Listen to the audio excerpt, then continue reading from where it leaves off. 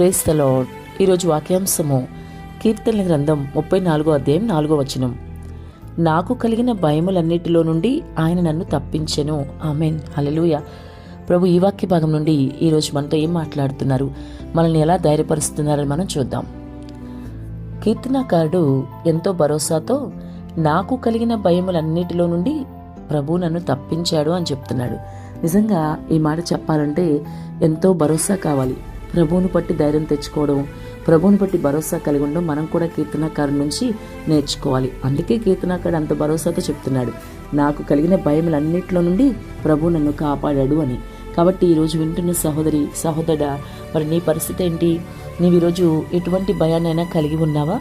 నీ ఆర్థిక పరిస్థితిని బట్టో, నీ అనారోగ్య పరిస్థితిని బట్టో, నీకున్న కుటుంబ సమస్యల్ని బట్టో, వివాహ విషయమా, ఉద్యోగ విషయమా, వ్యాపార విషయమా, మరి ఏ విషయంలో అయినా సరే, రక్షణ లేని వారి కోసం రక్షణ కోసమా, లేదంటే సేవ సరిగా చేయలేకపోతున్నాను అనుకుంటున్నావా? ఏ విషయంలో అయినా సరే నీ భయం ఏదైనా అయి ఉండొచ్చు, కానీ ఆయన మాత్రమే నీ భయములన్నిటి నుంచి నిన్ను విడిపిస్తాడని నువ్వు నమ్మాలి. కీర్తనకారుడి వల్ల నువ్వు నమ్మాలి. నమ్ముచున్నావా లేదా అని ప్రభు నిన్ను ప్రశ్నిస్తున్నాడు.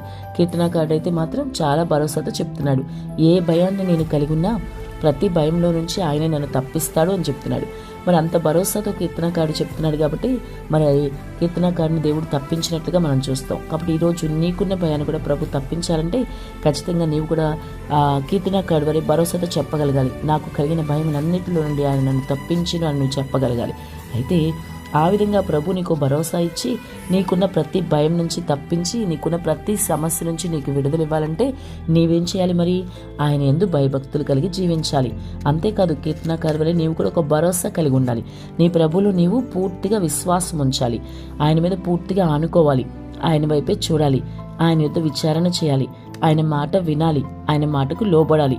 ఇవన్నీ నువ్వు చేసినప్పుడు వాక్యానుసారంగా నేను జీవిస్తే నీ వాక్యానుసారమైన జీవితాన్ని బట్టి ప్రభు నిన్ను తప్పకుండా మరి కాపాడుతాడు. అప్పుడు నీవు కూడా కీర్తనకారుడి వలె నాకు కలిగిన భయములన్నిటిలో నుండి ఆయన నన్ను తప్పించెను, ఆయన నన్ను విడిపించునని ప్రభువుని గొప్ప చేస్తూ మరి నీవు కూడా కీర్తనకారుడి వలె భరోసాతో పలకగలుగుతావు. అటువంటి అనుభవం రావాలంటే వాక్యానుసారంగా జీవించు. ప్రభుకి ఇష్టమైన జీవితం జీవించు. ఆమేన్.